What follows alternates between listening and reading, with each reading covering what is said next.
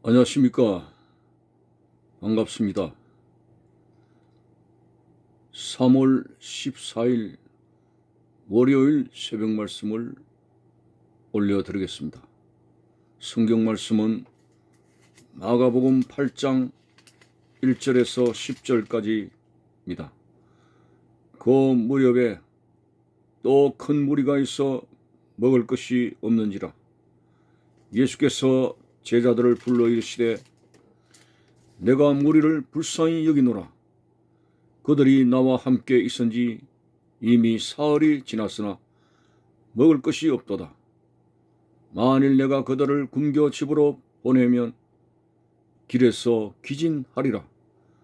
그 중에는 멀리서 온 사람들도 있느니라. 제자들이 대답하되 이 광야 어디서 떡을 얻어 이 사람들로 배부르게 할 수 있으리까? 예수께서 물으시되 너희에게 떡 몇 개나 있느냐? 이르되 7이로소이다 하거늘 예수께서 무리를 명하여 땅에 앉게 하시고 떡 7개를 가지사 축사하시고 떼어 제자들에게 주어 나누어 주게 하시니 제자들이 무리에게 나누어 주더라. 또 작은 생선 2마리가 있는지라 이에 축복하시고 명하사 이것도 나누어 주게 하시니 배불리 먹고 남은 조각 7강조리를 거두었으며 사람은 약 4,000명이었더라. 예수께서 그들을 흩어보내시고 곧 제자들과 함께 배에 오르사 달마누다 지방으로 가시니라. 아멘. 오늘 본문 말씀은 물고기 2마리와 떡 7개의 이적의 사건입니다. 4,000명을 먹였다고 했습니다. 먼저 배경을 살펴보면은 예수님을 따르는 수많은 무리들이 사흘 동안 먹지 못했습니다. 아마도 예수님으로부터 주어지게 되는 여러 이적을 그들이 목격했을 것이고 또 가장 예수님께서 그들에게 목적으로 두시는 귀한 사역에 있어서 말씀을 강론하는 것입니다. 영생에 관한 말씀, 천국에 관한 말씀을 그들에게 사흘 동안 집중적으로 강론하신 것이 아닌가. 자, 그래서 그들은 사흘 동안 굶어 있는 상태로 기록이 되어졌습니다. 오늘 본문의 2절에 보니까 내가 무리를 불쌍히 여기노라. 그들이 나와 함께 있은지 이미 사흘이 지났으나 먹을 것이 없도다. 자, 그 사흘 동안 굶어 있는 자리는 광야라고 했습니다. 제자들이 말을 하기를 어디서 이 떡을 얻어서 사람들로 배부르게 할 수 있으리까? 이 말은 그곳은 떡을 구할 수 있는 그런 인가가 있는 곳이 아니라 광야 곧 빈들이기 때문에 제자들이 그런 말을 하게 된 것입니다. 이런 참으로 어떤 식량도 구할 수 없는 난감한 형편에 있는 상황에서 예수님께서는 어떤 말씀을 하셨습니까? 첫째로 그들을 불쌍히 여기셨다 했습니다. 그냥 집으로 돌려보내면은 길을 가다가 기진하여 쓰러지리라고 말씀을 합니다. 3절에 보니까 만일 내가 그들을 굶겨 집으로 보내면 길에서 기진하리라. 자, 그래서 예수님은 하나님의 아들로서의 권세로 떡 7개와 물고기 2마리 700여로서의 이적을 행하시사 4,000명이 넉넉히 먹도록 하셨습니다.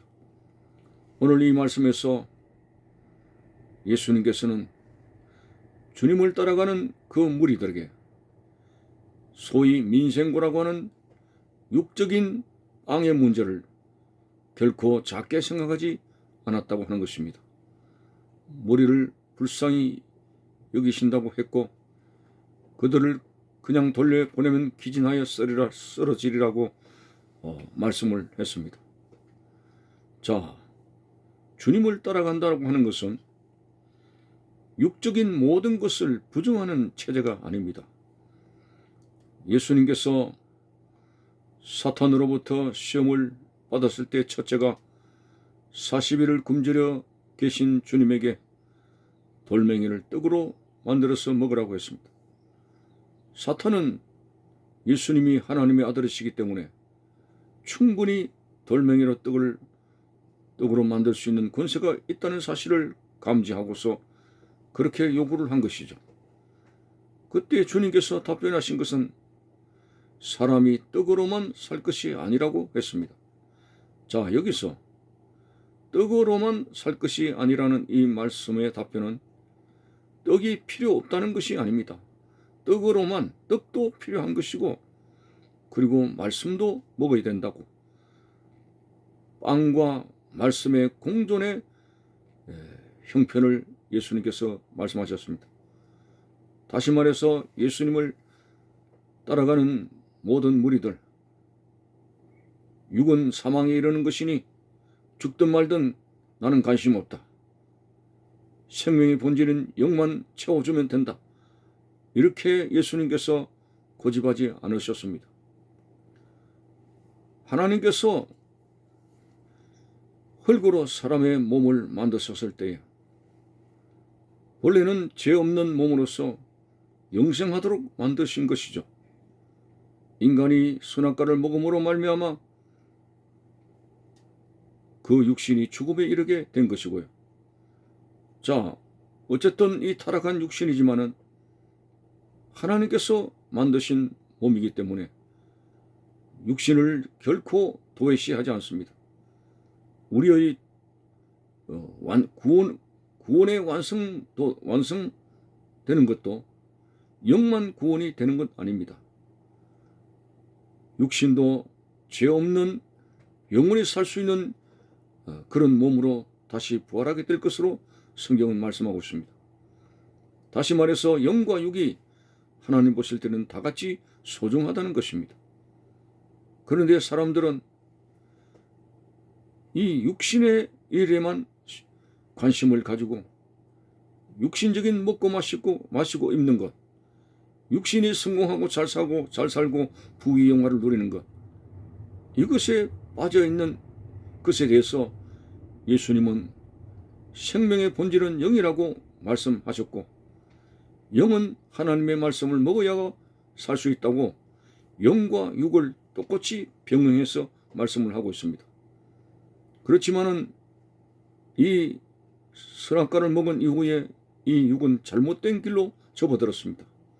온갖 사탄의 제약의 욕심에 따라서 젖어 사는 육신이기 때문에 이 육신의 욕구를 부정하라고 말씀을 많이 하고 있습니다. 그렇다고 해서 육을 부정하는 것은 아닙니다. 어쨌든 예수님을 따라가는 무리들 전혀 육적인 생존의 문제를 도외시한 것이 아니라고 하는 사실을 말씀을 드립니다. 자, 그래서 광야에서 먹을 것을 취할 수 없고 그런 딱한 형편이지만은 물고기 2마리와 떡 7개로 예수님께서는 하나님의 아들의 권세로서 이적을 행하심으로 말미암아 4,000명이 넉넉히 먹을 수 있도록 만들어 주셨습니다. 오늘 이 말씀 중에서 예수 그리스도를 믿는 생활은 그리스도와 연합을 말하는 것이고 주님과 함께하는 생활을 말하는 것입니다. 그리스도인. 요한복음 15장의 포도나무와 가지에서 포도나무이신 예수와 가지인 우리 성도들이 하나가 되는 것, 이게 바로 예수 믿는 사람, 그리스도인, 주님과 함께하는 생활, 이렇게 정의할 수가 있습니다. 이렇게 주님과 함께하는 이 생활 속에서 예수님은 이 육신의 문제를 결코 배제하지 않는다고 하십니다. 사흘을 굶었을 때 예수님께서는 그들을 불쌍히 여기셨고 이적을 통해서라도 그들에게 넉넉히 먹이셨던 사실을 볼 수가 있습니다. 결코 주님과 함께하는 생활은 육신이 부정되는 것은 아닙니다. 육신이 먹고 입고 마시는 이 문제에 대해서 예수님은 배려하십니다. 단지 육신의 잘못된 타락한 욕심을 주님께서는 경계하셨고, 그것이 죄를 낳고 죽음에 이르는 것이기 때문에 육신의 욕구에 대해서 주님께서 많은 말씀을 하셨지만은 육의 생존의 문제에 대해서 주님은 결코 부정하지 않았습니다. 오늘 예수님께서 기꺼이 이적을 행할수라도 그들을 먹이셨던 사실을 볼 수가 있습니다. 그렇지만은 사람들은 보이는 것만이 전부라고 생각하고 있죠. 육신 그 자체의 생명이 전부라고 생각하고 있습니다. 심지어는 우리 속에 영이 있다는 사실 자체도 인정하지 않습니다.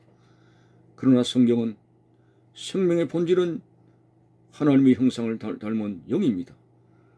그래서 예수님의 관점은 육도 배려하시고 가장 중요한 이 영이 살아갈 수 있는 하나님의 말씀을 공급하고, 영이 살 수 있도록 예수님께서는 생명의 말씀을 그들에게 증거하셨습니다. 그래서 우리는 눈에 보이는 것만으로 자꾸 충족하려고 하는 생각을 버려야 됩니다. 제가 한 번은 예배에 참석하기 위해서 머리에 빗질을 했더니 앞머리는 거울을 보고 근사하게 빗었는데 뒷머리가 많이 헝클어져 있었습니다. 우리 집사람이 보고 뒷머리가 많이 헝클어졌다고 뒷머리를 빗질하라고 했습니다. 그때 나는 내 눈에는 뒤에 아무것도 보이지도 않는데 좀 헝클어지면 어때? 앞만 잘 단정히 하면 되지 하라는 어리석은 말을 했습니다. 오늘 우리들이 보는 관점은 육신이 외형적이고 눈에 보이고 당장 느끼고 또 배고프면 당장 우리에게 와닿는 이런 육신적인 생명에만 급급하지 말라고 하는 것입니다.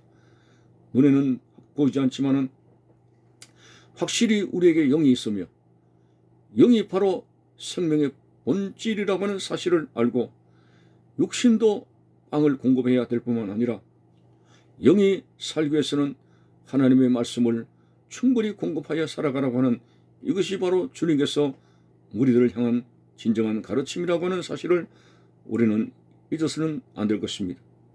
자, 그래서 하나님 말씀도 사흘 동안 그들에게 충분히 먹이셨으며 그들의 육신도 주님께서 배려를 하셨는데 물고기 2마리와 떡 7개로 그들을 먹이신 사실인데, 사실상 그 물고기 2마리와 떡 7개 가지고 한두 명을 먹이겠습니까? 4,000명을 어떻게 먹이겠습니까? 하지만은 그 조그마한 것을 통해서, 하나님이 주신 그 조그마한 것을 통해서 엄청난 식량의 위기 문제를 해결하신 주님의 의도를 보면서 오늘 우리의 삶에 있어서 내가 가지고 있는 작은 형편을 여러분들이 그것도 하나님이 주신 것이라고 하는 한 달란트의 관점을 깊이 생각을 하면서 소중하게 생각해야 된다는 하는 것입니다. 우리는 상대적으로 내가 가지고 있는 작은 것을 비관하면서 이것 가지고 이 형편에 이 못난 것 가지고 하는 굉장히 부정적인 생각을 합니다만, 오늘 그 작은 것이 하나님 앞에 들어지게 됐을 때, 헌신하게 됐을 때 하나님께서는 큰 문제를 해결하는 열쇠로 사용하신다는 관점에서 작은 것에도 하나님 앞에 충성할 수 있는 모습으로 살아가야 된다는 거 잊지 말아야 됩니다. 어쨌든 오늘 우리들이 살아가는 현실에 있어서 육도 중요하고 영도 중요하다는 사실 앞에서, 그러나 생명의 본체인 영이 너무나 우리의 삶에 무시되어져 있다는 사실을 알고, 우리 예수님은 영을 먼저 생각하신 사실을 늘 생각합니다. 영혼이 잘된 같이 육신의 범사가 잘 되기를 원한다고 성경은 말씀하고 있습니다. 항상 하나님의 말씀으로 우리의 영혼을 충족하며, 그리고 육도 타락한 욕구를 만족시키기 위한 육이 아니라 하나님의 영광을 위해서 살려고 하는 힘을 충족하기 위해서 먹든지 마시든지 하나님의 영광을 위해서 육신을 생각할 수 있는 영육간에 하나님의 영광을 위해서 살아갈 수 있는 그런 모습으로 살아갈 때 하나님께서 영육간에 우리를 부족함이 없이 채워주실 줄로 믿는 것입니다. 감사합니다.